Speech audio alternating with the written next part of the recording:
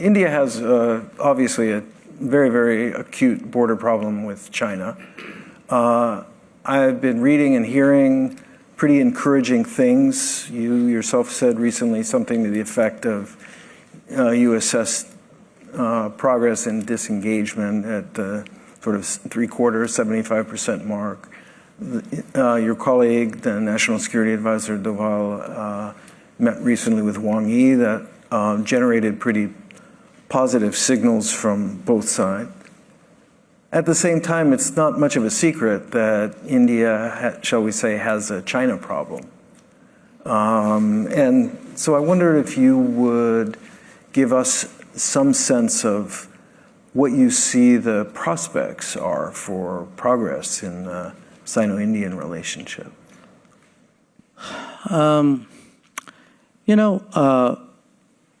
We have a difficult history with China, a history which included a conflict in 1962. It took us 14 years thereafter to send back to ambassadors. And it took another 12 years after that really to come to some kind of modus vivendi. And that happened in 1988.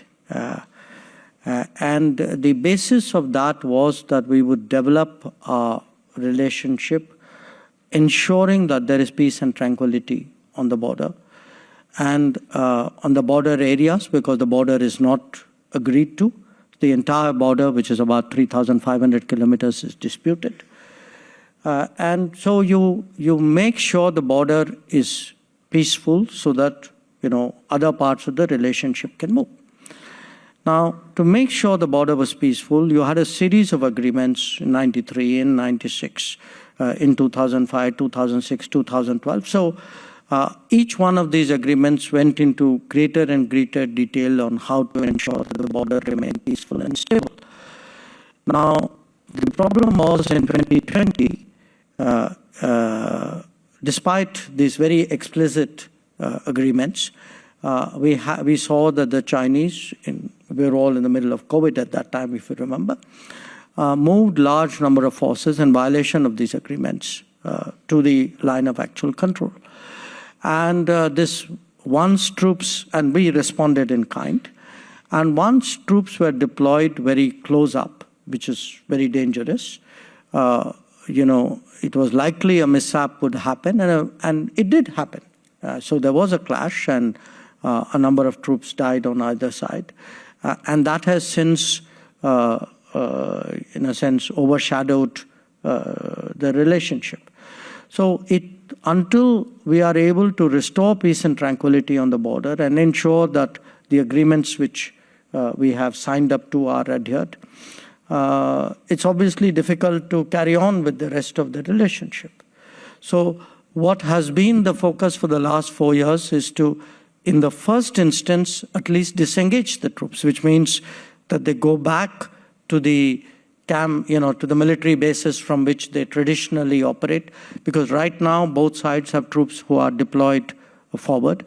And when I said 75% of it has been sorted out, I was asked in a way to quantify it to give a sense. It's only of the disengagement. So that's one part of the problem. And the main issue right now is the patrolling. How do we, both of us, I would say, patrol up to the line of actual control. And right now, the patrolling arrangements after 2020 have been disturbed.